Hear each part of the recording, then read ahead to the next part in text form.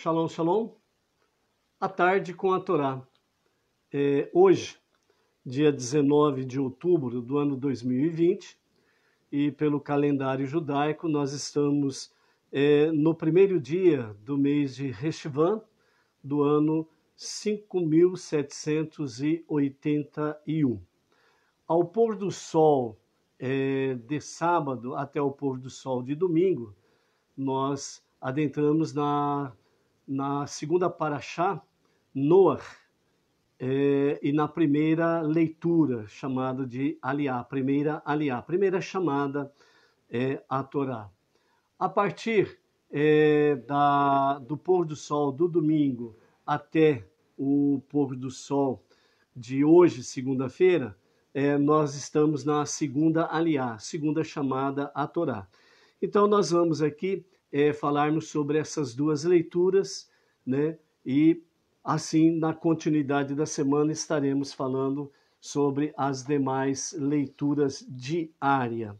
Na introdução de Noach, né? Então nós temos alguns pontos interessantes para observarmos.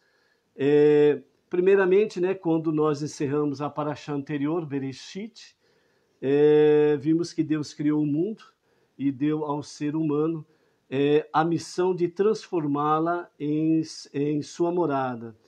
Mas em seguida a humanidade rejeitou a sua missão e acabou abandonando, né, a massa humana, acabou abandonando a sua missão, que é exatamente de transformar o mundo para ser o lar de Deus.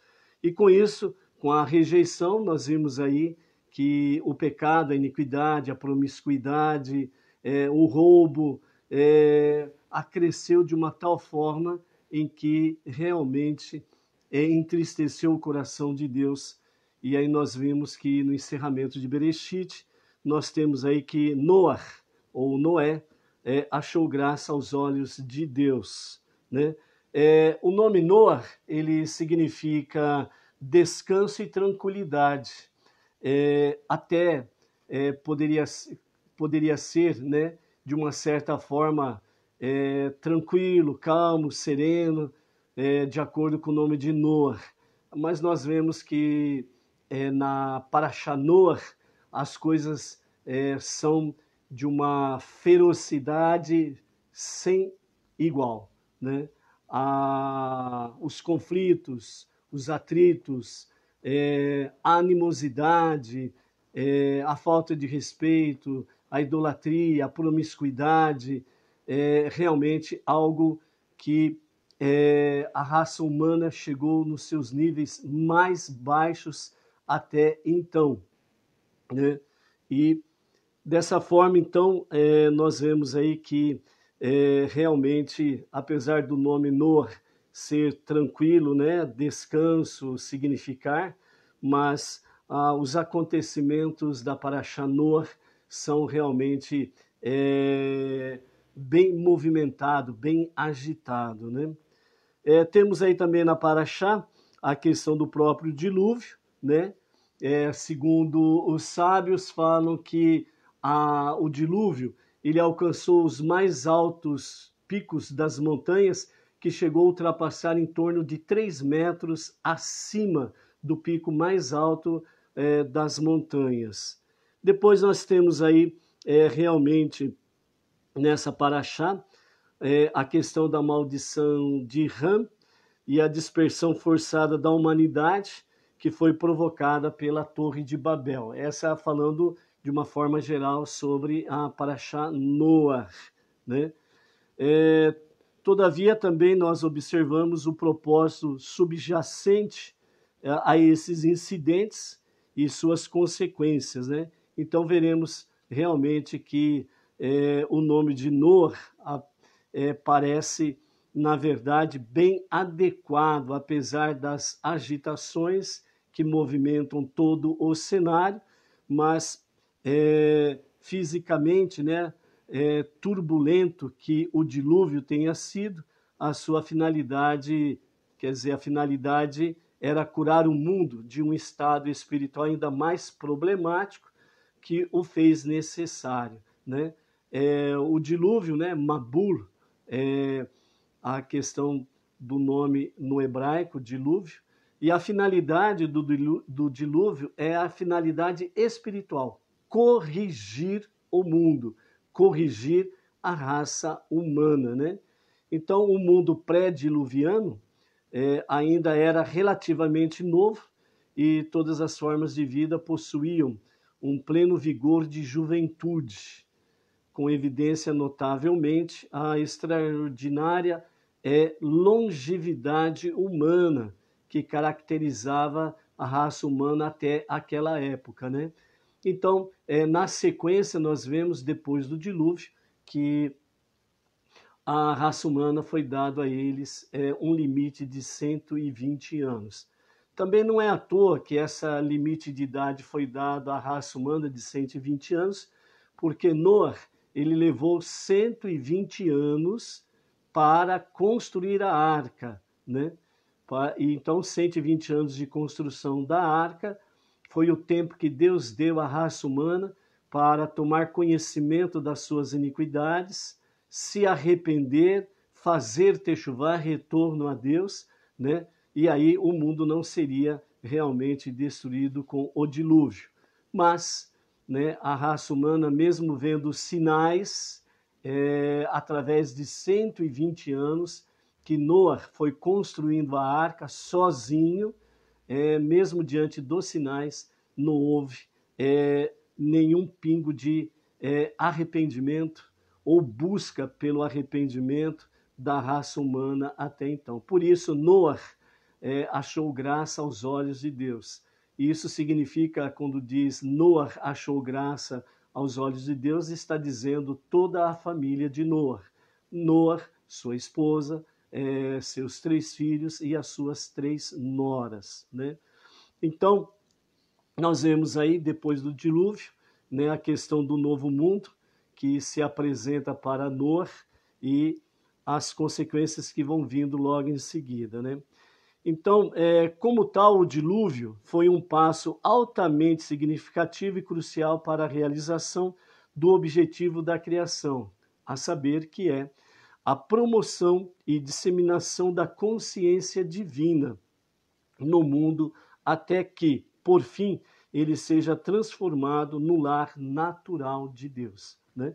Então, essa é a nossa missão fundamental, transformar o mundo no lar de Deus. Então, tudo que está ao seu alcance, né, que está de acordo com a Torá, com a vontade divina, de transformar o seu ambiente, começar na família, ao seu redor, vizinhos, parentela, né? E aonde você for, aonde a sua voz alcançar, aonde a sua presença se fizer ali, né? Então, o objetivo, a missão fundamental de cada um de nós é transformar esses lugares no lar de Deus, certo? À medida que nós vamos acendendo estas chamas, a escuridão vai sendo dissipada e vai sendo estabelecido, sem sombra de dúvidas, né, a visão monoteísta diante daquele lugar, diante daquelas pessoas que nós estivermos ali presente, ok? Então vamos para a nossa primeira aliá, a primeira chamada, né, que está aí no livro de Gênesis, Bereshit, capítulo 6, a partir do verso 9, e essa primeira aliá, ela vai até o capítulo final do capítulo 6, né? E a segunda, aliás, a segunda chamada à Torá está no capítulo 7, o princípio do capítulo 7, ok? Então, a Torá com comentários de Rashi, temos aí então, esses são os descendentes de Noé, uma vez que só Noé estava destinado a perpetuar a linhagem da espécie humana, que começara com Adão.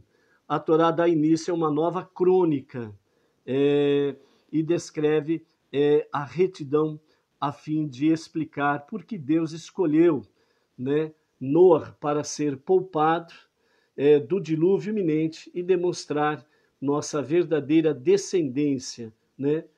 Segundo Rashi, ele fala que a nossa verdadeira descendência é exatamente as nossas boas ações. É, em outra versão, né, os sábios dizem assim que uma pessoa que passa por esta vida sem deixar um legado para os seus, né, ele teve uma vida vazia e vã. Esse legado significa as boas ações. As boas ações estão ligadas para os não-judeus, às 7 leis de Noé e as suas ramificações. Somado a isto, temos aí a leitura bíblica diária, a leitura das porções da Torá, o estudo da Torá, a Teshuvá, que é arrependimento e retorno a Deus, Tefilá, que é prece e conexão com Deus, e Tzedakah, que são atos de bondade e de caridade somados a atos de justiça, né? Então, aí, tudo isso somado faz com que nós sejamos chamados, somado, né, a fé monoteísta, obviamente, segundo os sábios, nós somos chamados justos desta geração. Então, há sim possibilidade de cada um não-judeu de ser chamado de justo entre as nações, né? E o caminho é esse, a fé monoteísta e mais esses alicerces da fé monoteísta que acabamos de falar. Então, né, a verdadeira descendência, segundo Urash, são as nossas boas ações. Embora sua vida tenha abarcado muitas gerações degeneradas, Noé foi um homem justo. Ele se conservou perfeito, apesar da influência perversa das suas gerações. No entanto, ele não possuía força moral suficiente para permanecer justo por si só por muito tempo, né? Então, por isso, Noé andou com Deus. Esta explicação de Urash vem mostrar para nós que nós sozinhos, independente, né, nós não temos condições de ficarmos muito tempo firmados numa posição de justiça, de retidão. Então, por isso, Noé andou com Deus. Significa que ele se refugiou em Deus, né? Ele conectou-se com Deus. Seus pensamentos estavam sempre conectados com Deus. E por ele estar sempre conectado com Deus, isto fez com que todos os seus atos, todas as suas palavras foram justas, com retidão. E então, isso agradou a Deus e foi realmente, Noé achou graça aos olhos de Deus, né? Então, por isso, Noé andou com Deus e tinha que manter sempre sua mente firme, né? Constantemente conectada com o Eterno. E em uma escala absolutamente, ele não teria sido considerado excepcionalmente justo, ele era perfeito apenas relativamente à perversão de suas gerações. Ou seja, ele não fazia o que a sua geração fazia, né? A perversidade daquela geração. Mas ele tornou-se perfeito quando ele passou a andar com Deus, né? Então, ou seja, ele tinha um nível, né? Vamos dizer assim, ele tinha um nível 1 até então, mas a partir do momento que ele começou a andar com Deus, então o seu nível foi elevado a 5, numa escala de 1 a 5, vamos assim dizer, né? Então, Noé, quando ele passou a andar com Deus, então o seu nível espiritual foi elevado ao nível máximo, 5. Então, por isso, ele foi achado perfeito aos olhos de Deus. Dessa forma, Noé, ele gerou, né, 3 filhos, Sem, Ham e Yafté. Sem, que desempenharia o papel mais central na história subsequente da humanidade.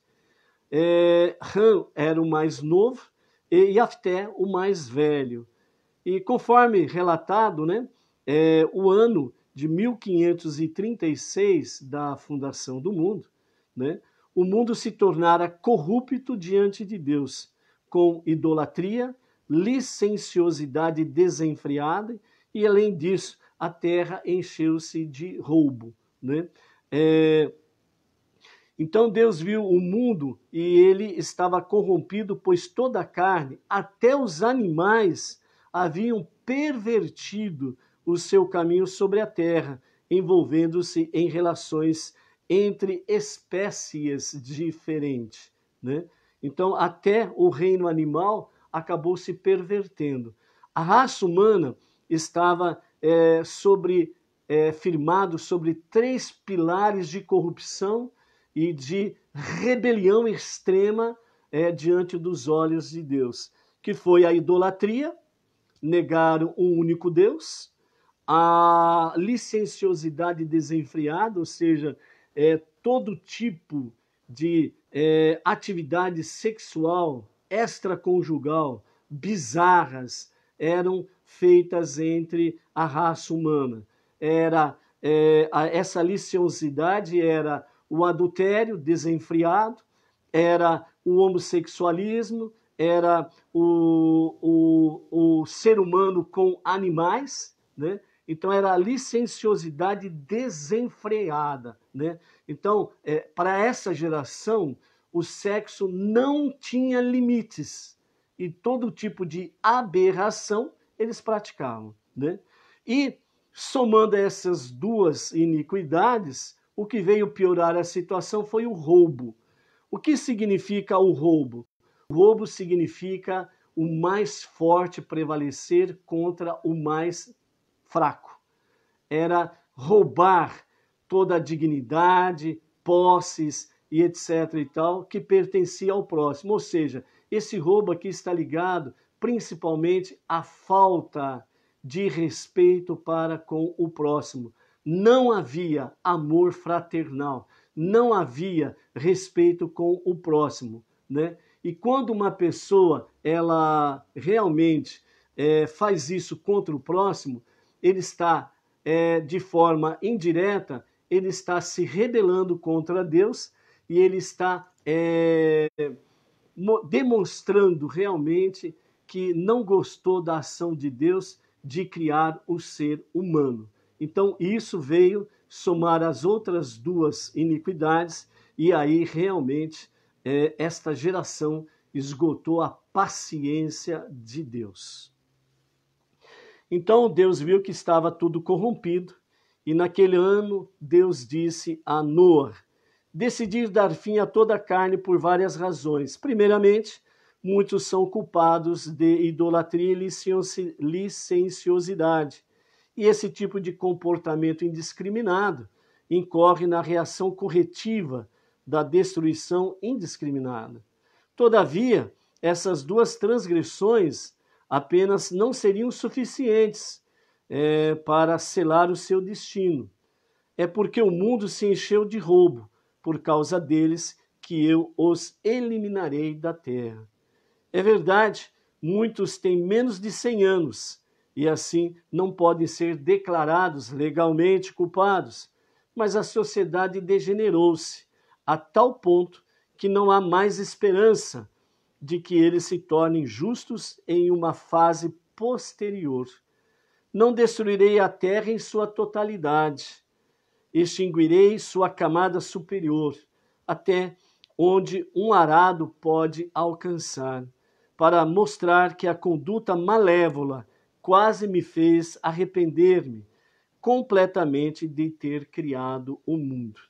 Dentre todas as maneiras de que dispunha para poupar-te da destruição, quero que faças para ti uma arca enorme.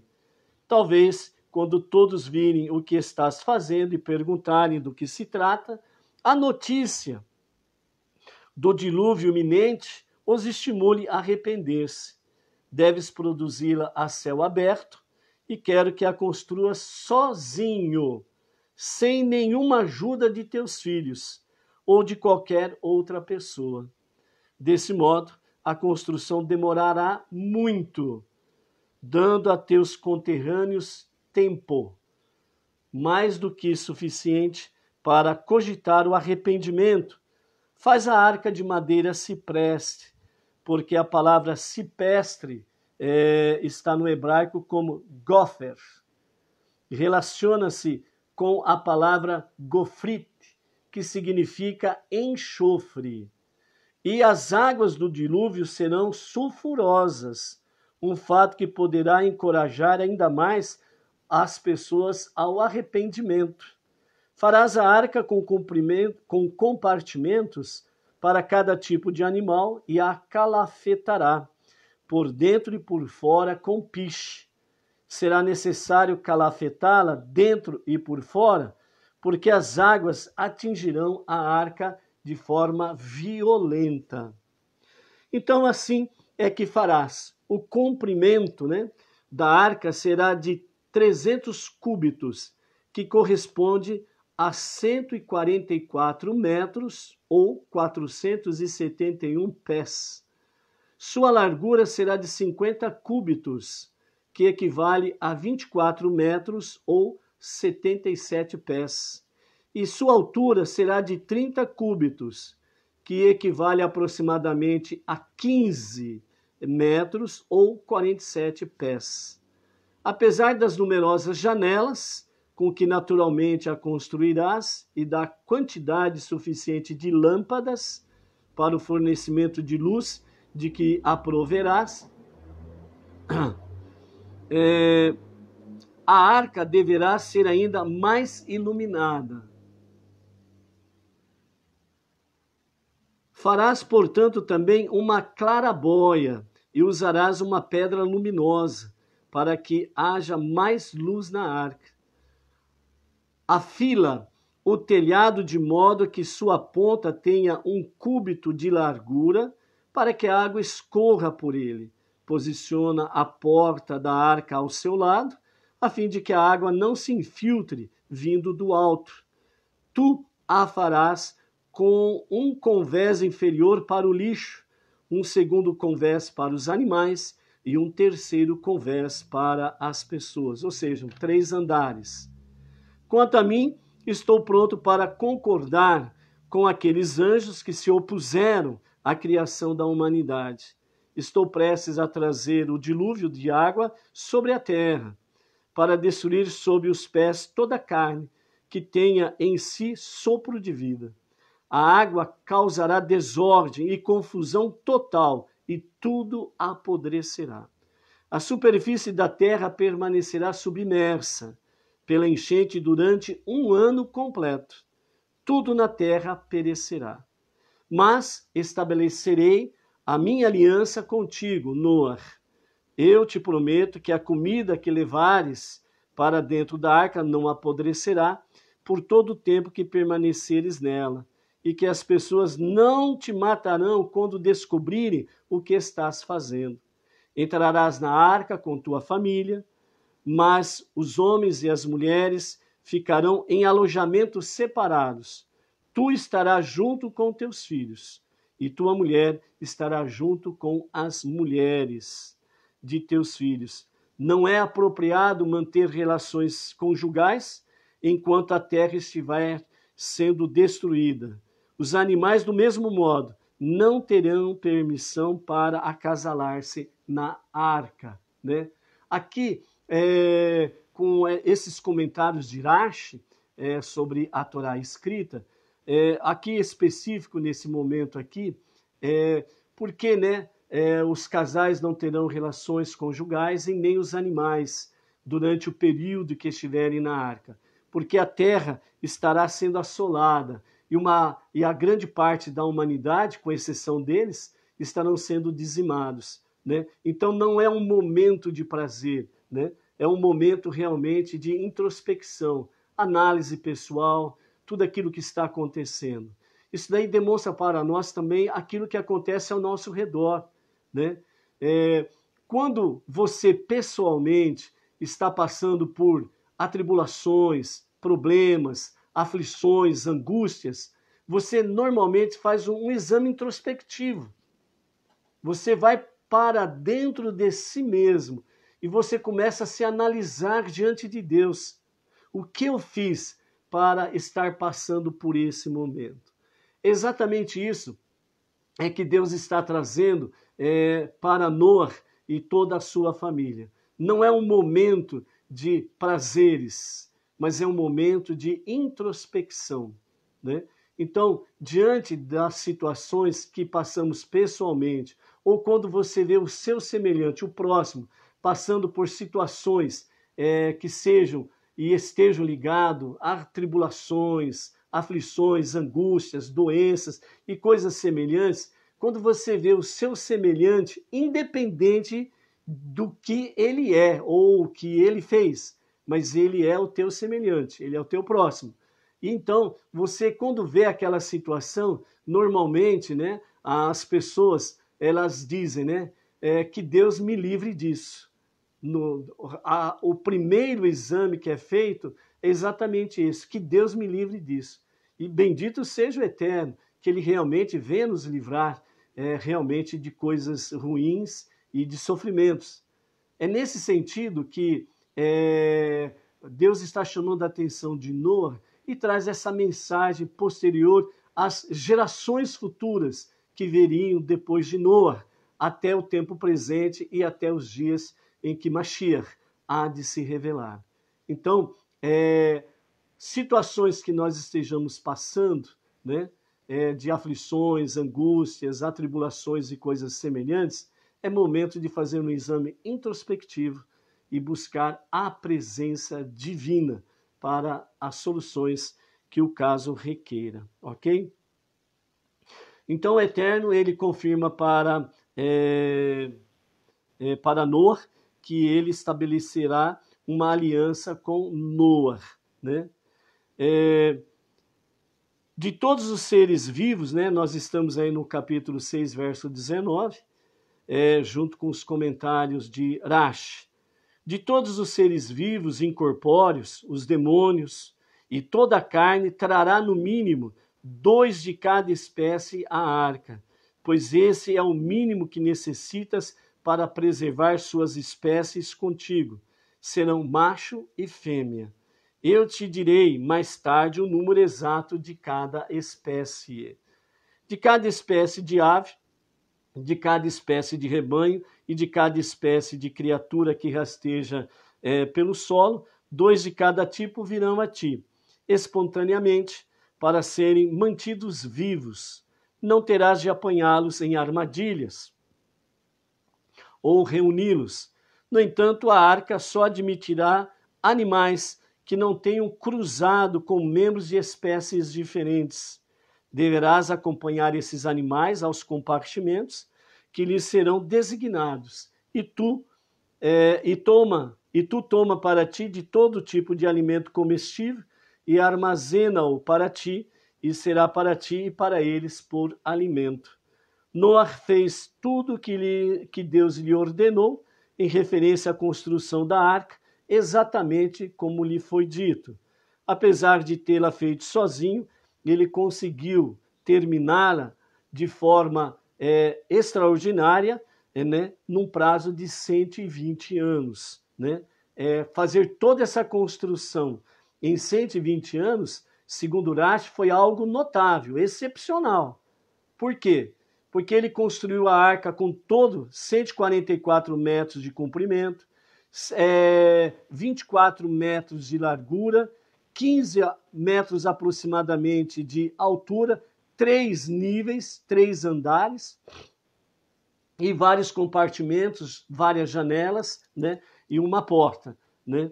E por que de forma notável e extraordinária?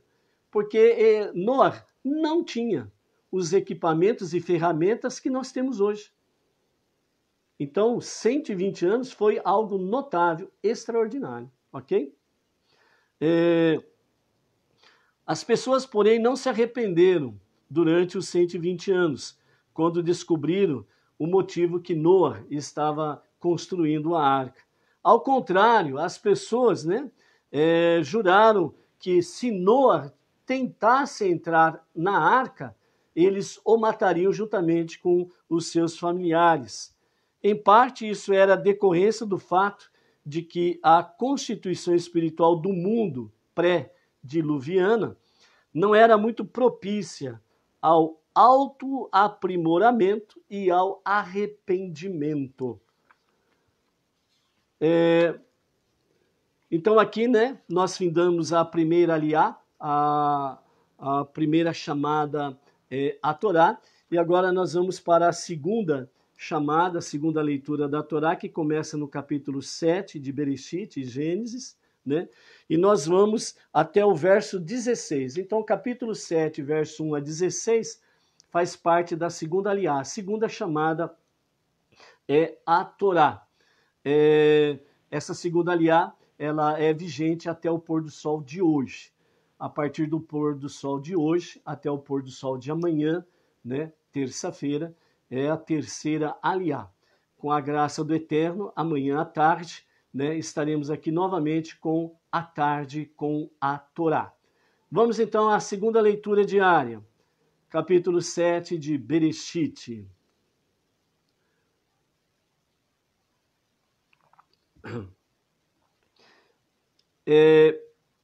A Torá escrita com comentários de Rashi. Assim, no dia 10 do mês de Rashivan, do ano 1656, a partir da criação, e, ao mesmo tempo, corresponde a 2105 anos antes da Era Comum.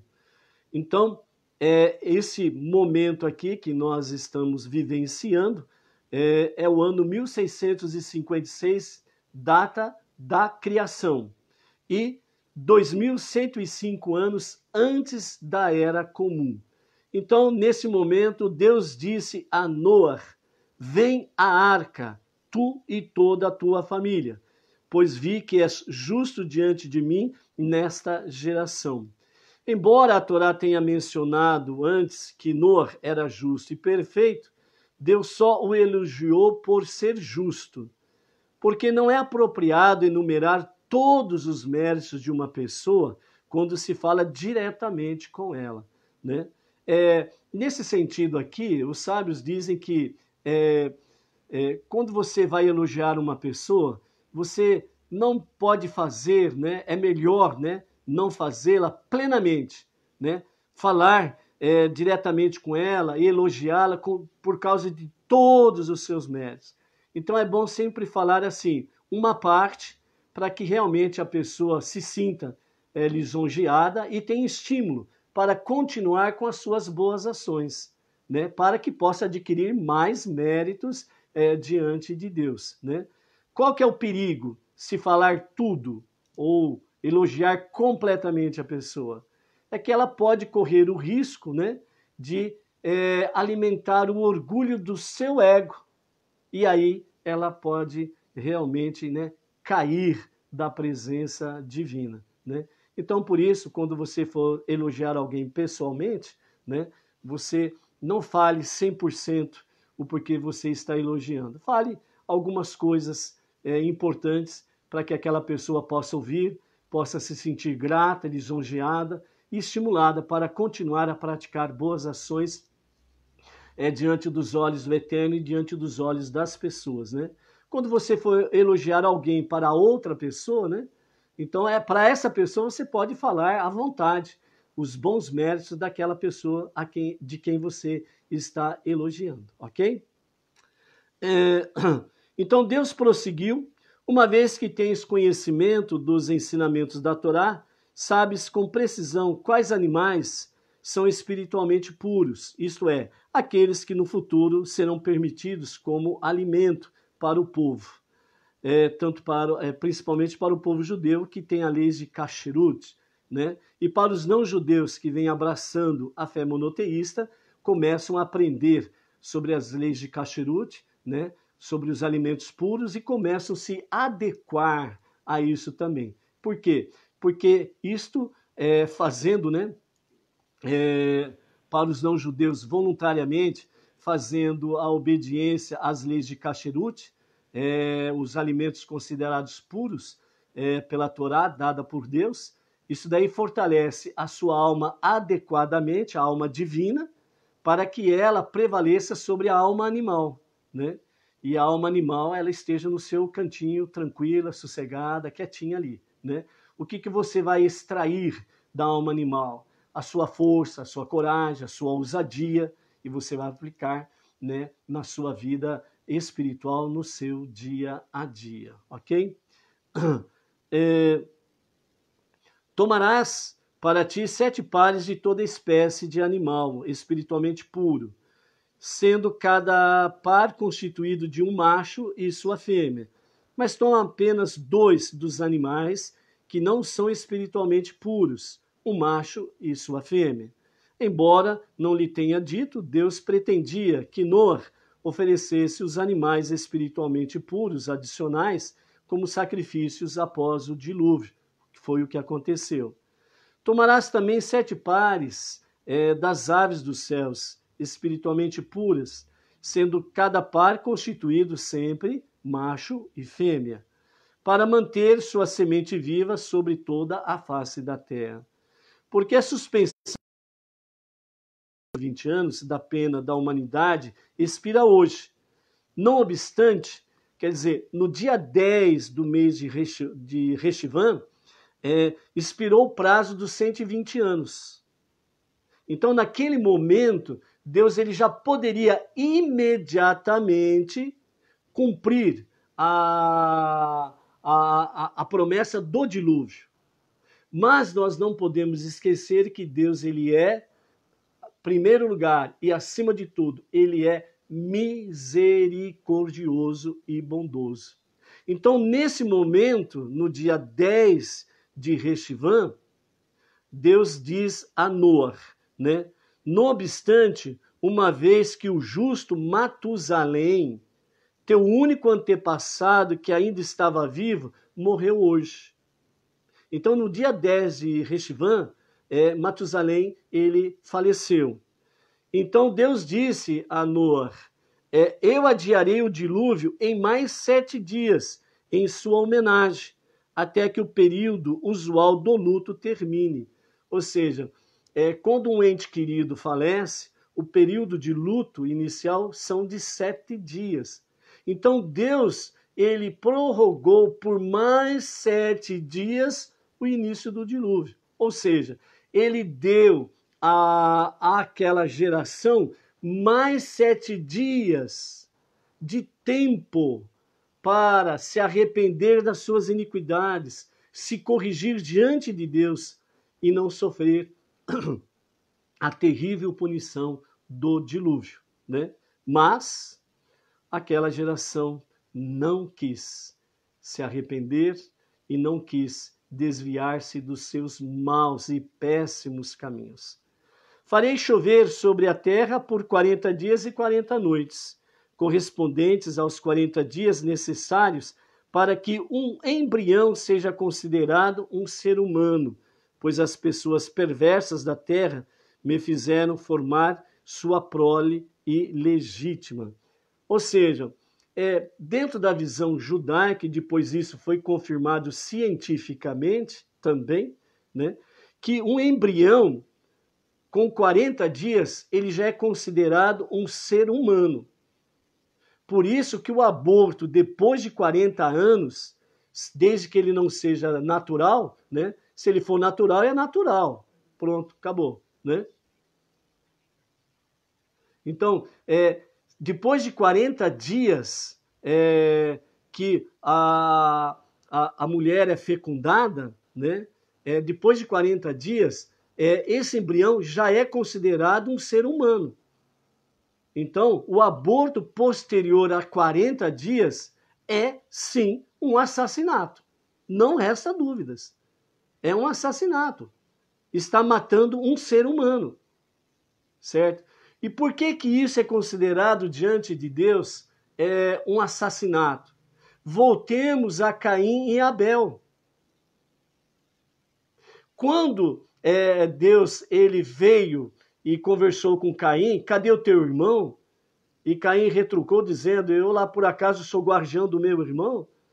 E Deus disse a Caim, a terra, ela clama pelo sangue que você derramou do teu irmão. Mas a terra não clama só pelo sangue do teu irmão que foi derramado, mas por todas as gerações que viriam posterior a ele. Dessa forma, Caim, ele assassinou as gerações posteriores de Abel. E isso veio violar o mandamento de Deus, crescei-vos e multiplicai-vos. Então, por isso que o aborto posterior a 40 dias é sim um assassinato. Porque ali está sendo assassinado, está sendo eliminado gerações futuras. Então, o aborto é um caso muito sério diante das Escrituras, diante dos olhos de Deus. Continuando. Então Deus disse, né? Eu suprimirei todo ser que fiz da face da terra, com exceção de Noé e a sua família. Noé fez tudo o que Deus lhe ordenara, quanto à acomodação dos animais e o armazenamento de gêneros alimentícios na arca, mas ele próprio se demorou à porta, pois não acreditava plenamente que Deus de fato iria adiante e executaria o seu plano. Noé, em seu 600º ano de vida, quando o dilúvio ocorreu e a água cobriu a terra. Quando começou a chover, Noé, juntamente com seus filhos, sua mulher e as mulheres de seus filhos, entrou na arca, fugindo das águas do dilúvio. Todos os animais, por sua vez, já tinham entrado na arca antes que começassem a chover. Dos animais espiritualmente puros, dos animais que não são espiritualmente puros, das aves e todas as criaturas que rastejam pelo solo. No mínimo, 2 de cada tinham entrado espontaneamente, macho e fêmea, o casal, cada casal de cada espécie. Noé, de modo que ele pôde levá-los à arca, conforme Deus ordenara a Noé. Depois que os 7 dias de luto por Matusalém passaram, as águas do dilúvio caíram sobre a terra durante os 40 dias seguintes, e o sol, a lua, os planetas e as estrelas não brilharam neste período. Ou seja, houve escuridão completa em toda a terra. Então, o dilúvio começou no 600º ano de vida de Noé, ou seja, no ano 1656 da data da criação, né? E no ano 2105 antes da Era Comum. No segundo mês, Reshvan, no 17º dia do mês, por causa da gravidade das más ações da humanidade, uma chuva comum não seria suficiente para purificar a terra. Assim, neste dia, todas as fontes do grande abismo se romperam e as comportas dos céus foram abertas. No entanto, inicialmente, caiu chuva comum sobre a terra para dar às pessoas, mais uma vez, a oportunidade do arrependimento e de retornar a Deus. Foi a última chance que Deus deu de arrependimento àquela geração. Se tivessem se arrependido, a chuva teria continuado a cair de maneira normal e benéfica. Porém, como a oportunidade não foi aproveitada, sobreveio o cataclisma. Embora Deus tenha liberado dos reservatórios celestiais todo o volume de água que desceria durante esse dilúvio de uma só vez, ele a fez cair uniforme por um período de 40 dias e 40 noites. Por causa das ameaças, Deus protegeu Noé, convocando leões e ursos, que impediram que as pessoas o ferissem ou danificassem a arca. Né? Então, durante esse período todo, até eles entrarem na arca e Deus fechar a arca, né? Leões e ursos convocados por Deus eram os guardiões de Noé e a sua família e da arca. E as pessoas não podiam se aproximar para fazer algum mal a Noé, sua família ou danificar a arca. Assim, Noé entrou na arca bem no meio daquele dia, no dia 17 de Reshvan, com os filhos de Noé, Sem, Ham e Afté, e as mulheres, e a mulher de Noé, com as 3 mulheres de seus filhos com eles. Noé levou consigo alguns ramos de videira, né, ou brotos de videira, e brotos de figueira, e com eles toda espécie de animal, toda espécie de rebanho, toda espécie de criatura que rasteja pelo solo, e toda espécie de criatura voadora, toda ave e toda criatura alada, até os gafanhotos. De toda a carne que tinha em si sopro de vida, vieram a Noé, a arca e aos pares. Aqueles que vieram eram os pares, macho e fêmea. E de toda a carne vieram, conforme Deus lhe havia ordenado, e Deus selou a porta atrás dele. Ou seja, quem entraram na arca? Macho e fêmea, tanto da raça humana como do reino animal, né? Não teve quebra-galho, não teve quebra-galho para suposições. Sempre, desde o princípio, Deus criou macho e fêmea. Os animais que foram à arca se comportaram pacificamente, mesmo quando estavam a caminho. Os animais selvagens não feriram aos demais, nem a Noé durante a sua permanência na arca. Aqui nós encerramos a segunda aliá, né? Capítulo 7 de Bereshit, Gênesis, e o verso 16. Né? Então, aqui são as primeiras, né, meditações sobre a nossa Parashá Noé.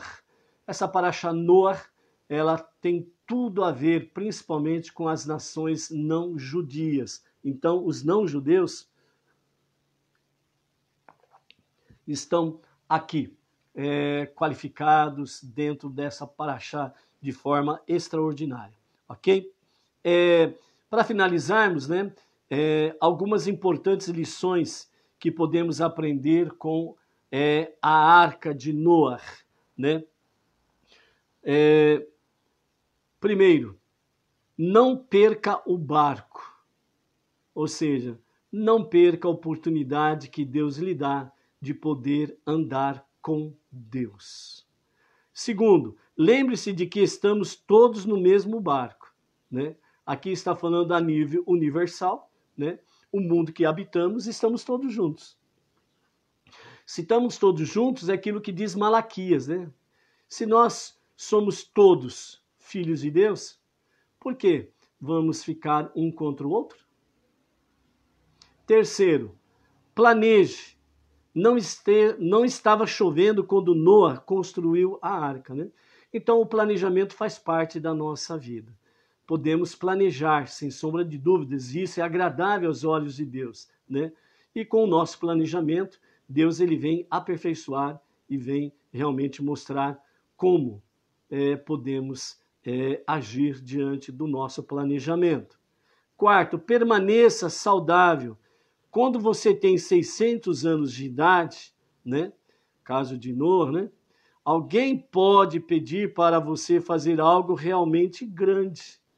Ou seja, para Deus não existe o mais velho desprezado e o mais novo valorizado, né? Todos são iguais diante de Deus. E aqui os sábios querem dizer o seguinte: não importa a tua idade, Deus está sempre pronto a usar a tua vida para algo bom, algo que realmente seja edificante para o próximo, né? Então, não esteja limitado à sua idade, mas sim procure sempre andar com Deus. Quinto, não dê ouvidos às críticas, apenas siga em frente com o trabalho que precisa ser feito, né?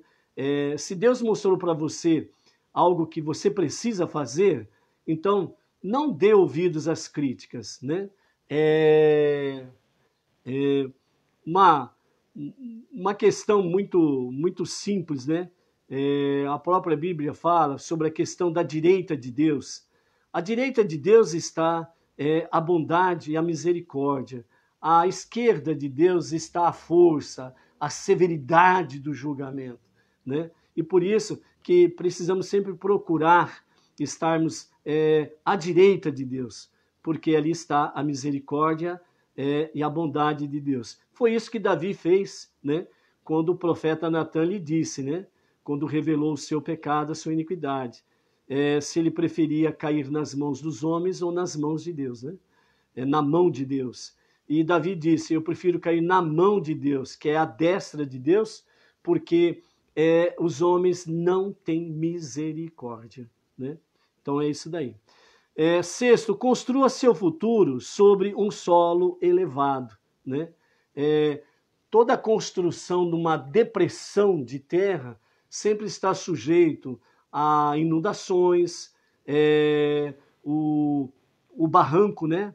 Ele começar a deslizar e levar a tua casa embora. Por isso, construa seu futuro sobre um solo elevado.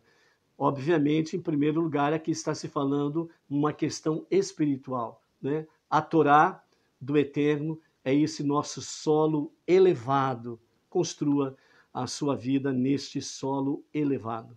Sétimo, por medida de segurança, viaje em pares, né? Realmente é um grande aprendizado, né? Viajar em pares, que significa que nós, estando sozinhos, alguma coisa inesperada pode acontecer e sozinho fica difícil de você sobreviver, buscar socorro ou algo semelhante. Em dois sempre é bom. Oitavo, velocidade nem sempre é uma vantagem. Preste atenção nisso. Velocidade nem sempre é uma vantagem. As lesmas estavam a bordo da arca juntamente com os macacos. Ok? Então, cuidado com a velocidade. O importante é andarmos no compasso que Deus nos dá. Nono,